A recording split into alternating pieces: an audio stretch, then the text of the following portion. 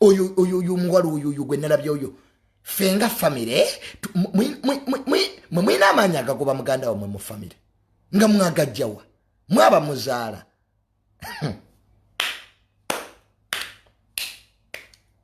mwina agamanyi agakere ne gagoba muganda wammwe uyizira okukyogera mu bantu ekyo ogoba usigalo ogoba shamba boyi ogobani ne family ezimu zisesa kanga olabe fitina yebaluma na bujja aba abaana bahaji Rashid Lukwago fitina yebaluma bekwese mu dini yayononye dini yayo edini oyina simu ya Katonda you have Katonda aliyobola byeko alo manyinga bwafana nagwe radicalism extremism fe kakati olaba kakati tewali bya kakati omuntu ng'ayononye goyina simu ya Allah wali omulabyeko gondi mmwe waliwo ekintu kino kyendaba abantu kati efitina n'ennugu bajoleseza mu ddiini oli mutuukirivu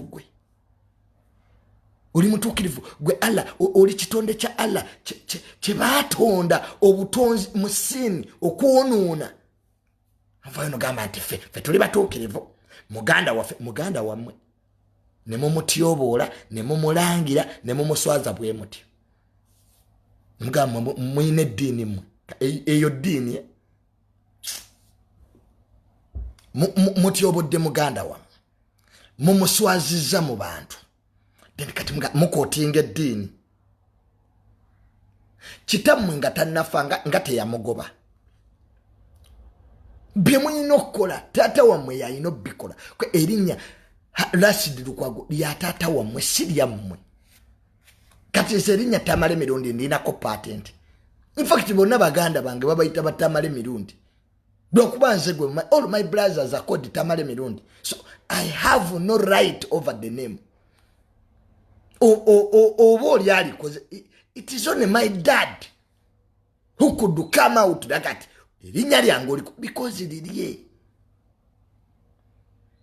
Nega kati gwe muganda wange toyina right kungamba mbwe erinnya lya tata wange simanyi oliko ako kamanyiro na kajanja kanula ba entitlement. So Haji Rashid Lukwago baganda bakolirako obujja nemutu kanu gambwa ayine mundu lwacha ayine mundu, can you imagine nga mulete ebintu ebyekito mbwa yagala nnyo mu family ya baba na sente ala yazigaba sente Katonda yagabe sente tezikirirango kera kumacha mbumpala ne muganda wange hamu kwaya ine sente ala bwe abatu sashide nga mu family yaffe baba hamu ya ine sente chika katako mu protecting chika katako mwagala kwa engalo zino tesobola kwenkana finali tesobola kuba na sente mu family. We can't be the same. Nintegera yaffe mu family lete sobola kuba yemu. Nemwe bana mmwe abana ba Haji Lukwago mmwe Rashid mujja kuloga nalabya akawala akasiru kale goli mwana muwala lwoki tukosa linnya lya baawo omwana omwala akosa linnya lya kitaawe. Have you ever seen any girl who uses the father's name? You use your husband's name. I felt so bad. Basajja mwe mweswaziza muli gasajja gakulu mutulesa ekiwandiiko tugoba Haji Rashid mu family ya nnyoko manyi bayita family gwe oyinza okugoba omuntu gye bamuzaala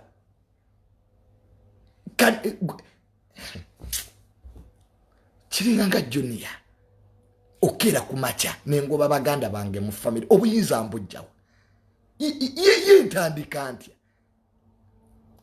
nze muganda wange ne wabanyiziza nze I conflict nze baganda bangabo I conflict with them because family mwawukana ne muyomba ebiba mu family ine ebizibu ne toyina right wano kugamba nti ono muganda wo omugobi omusayi bagugoba Can you chase your blood?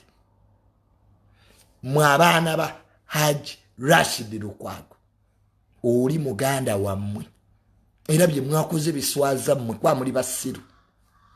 Ebyo biwandiko bye mwawandise byaraze mwine fitina, mwine nugu mugenda nakuloga. Mwamujja kuloga muganda wammwe. Fitina yoka. Mbukubanga yakisinze mukazi we. Wabadde yagala akisinge ki? Omuntu akisinze mukyala we. He kissed his wife.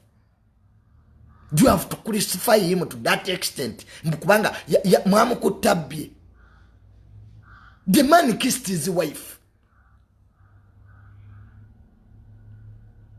Nene muvayo ne mulaga enge etima banange yo family tata wamwe aba yafa gyali abewunya. Nokuba omwana wa taatawo.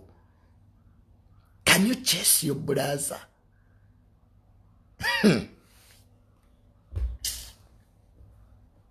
Ate bonna babadde bantu bakulu.